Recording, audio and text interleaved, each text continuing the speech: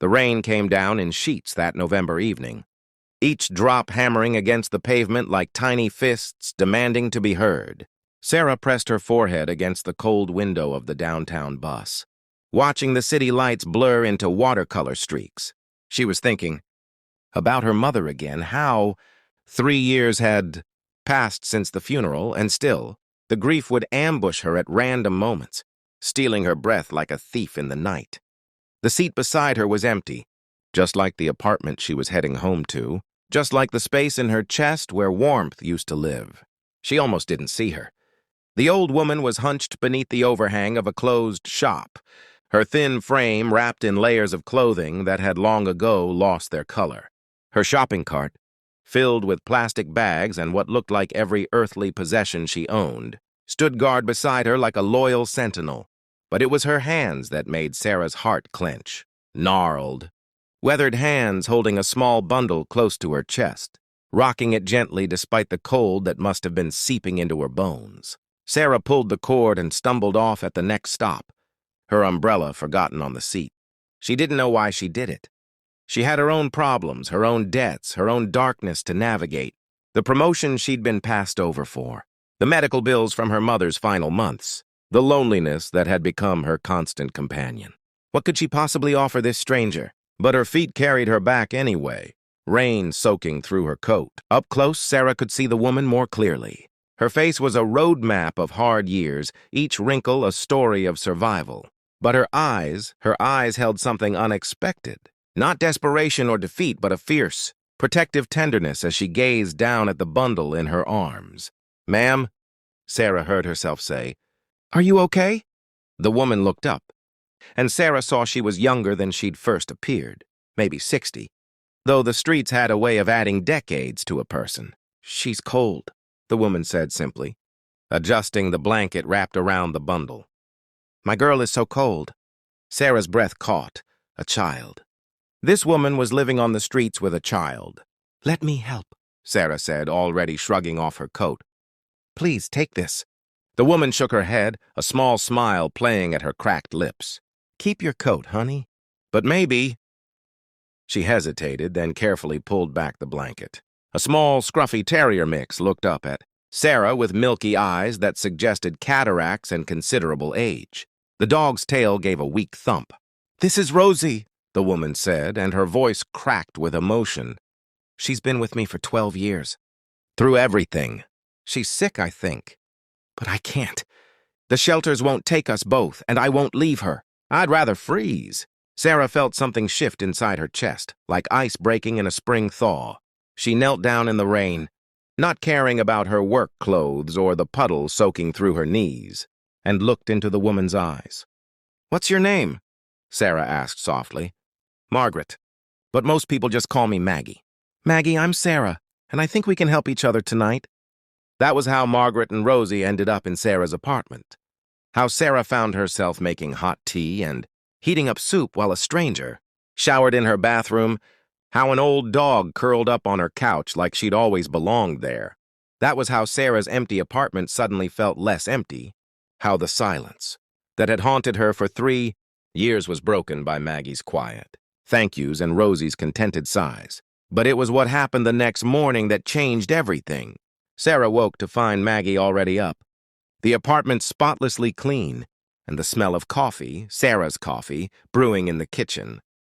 "You didn't have to do that," Sarah said, embarrassed by the stack of dishes Maggie must have found in the sink, the laundry that had been folded and placed neatly on the chair. "You gave us a roof and warmth," Maggie said simply. "This is the least I can do." They sat at the small kitchen table, Rosie between them, and for the first time in months, Sarah found herself really talking to someone. About her mother. About the loneliness. About how she'd been going through the motions of life without really living it. Maggie listened, really listened, in a way that made Sarah feel seen. When Sarah finally fell silent, Maggie reached across and took her hand. "I wasn't always on the streets," Maggie said quietly. "I had a family once. A husband, 2 beautiful daughters, a house with a garden where Rosie used to chase butterflies." She paused, her eyes distant. "My husband died in a car accident. No life insurance. The medical bills from trying to save him took everything.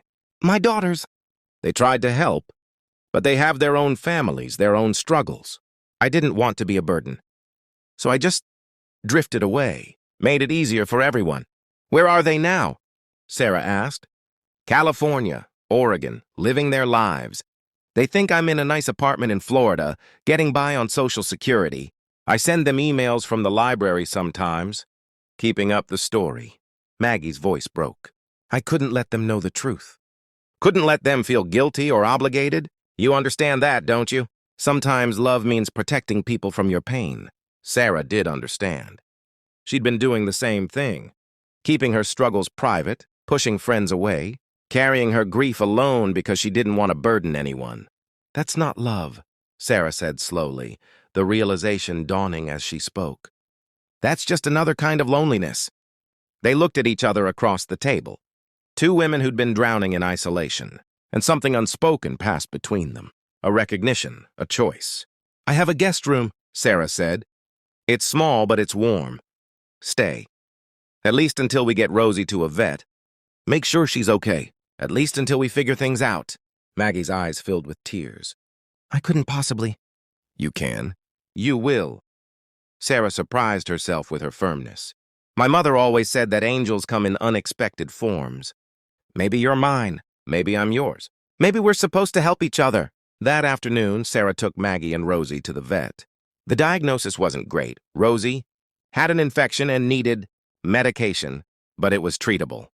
Sarah paid the bill without hesitation, putting it on a credit card she'd been saving for emergencies, and realized this was an emergency, just not the kind she'd imagined. Over the next weeks, something remarkable happened. Sarah helped Maggie reconnect with her daughters, facilitating careful, honest phone calls that started with tears and apologies and ended with plans and hope. It turned out they'd been looking for her, terrified and guilt-ridden for over a year. They'd filed missing person reports. They'd never stopped caring. Meanwhile, Maggie helped Sarah in ways both practical and profound. She cooked meals that filled the apartment with warmth and memory. She listened to Sarah's stories about her mother, helping her process grief that had calcified into depression. She encouraged Sarah to reach out to old friends, to take up the painting she'd abandoned, to remember who she'd been before loss had redefined her. And Rosie, sweet old Rosie, became the heartbeat of their makeshift family. She'd curl up with Sarah during crying jags, rest her head on Maggie's lap during phone calls with her daughters, and somehow teach them both that love didn't have to be complicated or earned. It could just be given, freely and without condition. The turning point came on a cold February morning. Sarah was making breakfast when Maggie appeared in the doorway, dressed in clothes Sarah had bought her, looking healthier than she had in months. My daughter Claire wants me to move to Oregon, Maggie said. She has a mother-in-law unit in her backyard. Says it's been sitting empty. Waiting for me, she paused, her voice thick with emotion. She cried, Sarah. She said she's been praying for me to come home. Sarah felt her own tears starting. That's wonderful, Maggie. That's everything. Come with me, Maggie said suddenly. Just for a visit. Meet my family. See the ocean. Bring your paints. Remember what it feels like to have people around you who care. Sarah wanted to say no. She had work, responsibilities, reasons to stay in her careful, controlled, lonely life. But looking at Maggie, at this woman who'd taught her that accepting help wasn't weakness and that isolation wasn't protection, she found herself nodding. They drove to Oregon in Sarah's old Honda, Rosie in the back seat, all three of them singing off-key to the radio. Claire's family welcomed them with open arms, and Sarah spent a week surrounded by the beautiful chaos of a family reuniting. She painted the ocean at sunset. She played with Claire's children. She remembered what joy felt like. But the real gift came on the last night, when Sarah and Maggie sat on the porch, watching stars emerge in the darkening sky. I saved your life, Sarah said softly. That night in the rain. Maggie shook her head, reaching for Sarah's hand. No, honey. We saved each other. That's how it works, you see. We're all just walking each other home. Sarah returned to her city changed. She started volunteering at a homeless shelter. She reconnected with friends. She went to grief counseling and finally began to heal. And when the promotion came through 6 months later, she knew exactly what to do with the extra income She sponsored 3 women at the shelter, helping them find housing, covering deposits, offering the same hand up she'd given Maggie. On the first anniversary of that rainy November night, Sarah received a package from Oregon. Inside was a photograph of Maggie, Claire, and Rosie in a garden, all of them smiling in the sunshine. Tucked behind the photo was a note in Maggie's careful handwriting. Her. That's what you told me, remember? What about her? And when everyone else walked past, you saw me when I was invisible. You reminded me I was human when I'd forgotten. Thank you for giving me back my life. Thank you for letting me help give you back yours. Love always, Maggie. P.S. Rosie sends kisses. Sarah pinned the photo to her refrigerator, right next to a painting she'd done of the Oregon coast. Some people collected art or souvenirs. Sarah collected reminders that connection was everything, that kindness was never wasted, that sometimes the people we save end up saving us right back. That evening, waiting for the bus home, Sarah noticed a young man sitting on a bench, his shoulders shaking with silent sobs. She almost kept walking.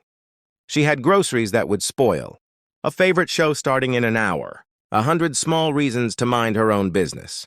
Instead, she sat down beside him. "Hey," she said softly, "are you okay?" He looked up, surprise and suspicion and hope warring in his eyes. "Why do you care?" Sarah smiled, thinking of Maggie and Rosie, of rainy nights and second chances, of all the ways we stumble through darkness until someone offers light.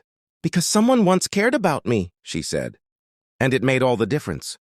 She didn't know his story yet, didn't know if she could help or how, but she knew one thing with absolute certainty: she would try. Because that's what people did when they remembered they weren't alone, when they understood that humanity's greatest power wasn't in grand gestures or perfect solutions, but in the simple act of seeing each other, truly seeing each other and deciding to care. In a world that could feel so cold and indifferent, they would be each other's warmth. They would be the reason someone else kept going. They would be the answer to unspoken prayers. They would be, for each other, everything that mattered.